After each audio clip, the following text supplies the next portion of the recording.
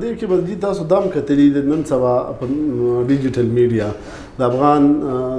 د پاکستانی طالبانو د تربیتی مرکزونو نه ویډیوز جاری کیږي او داغي پورا کمپین چلی د عمر میډیا په شکل کې نو په پاکستان کې تاسو غنئ چې داغي مرکزونه کې دي شي که په پاکستان کې نه دي نو دا خو به ښکاره خبره ده په افغانستان کې کنه پاکستان کې یو مشکل ځکه پاکستان کې خو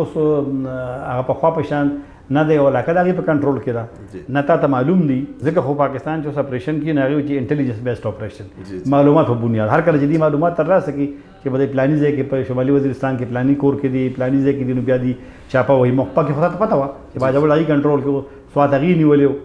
جنوبي وزیرستان غي سره نور کورما او رغزي غي سره نو تا ته پر اسانو اوس خو غشان نه ده نو لکه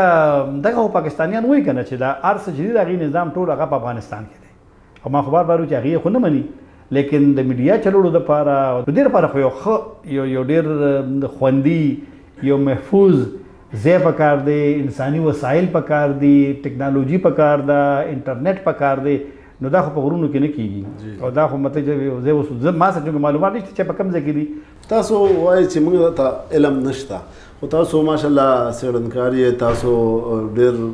په دغه سیمه باندې جوړ نظر لرئ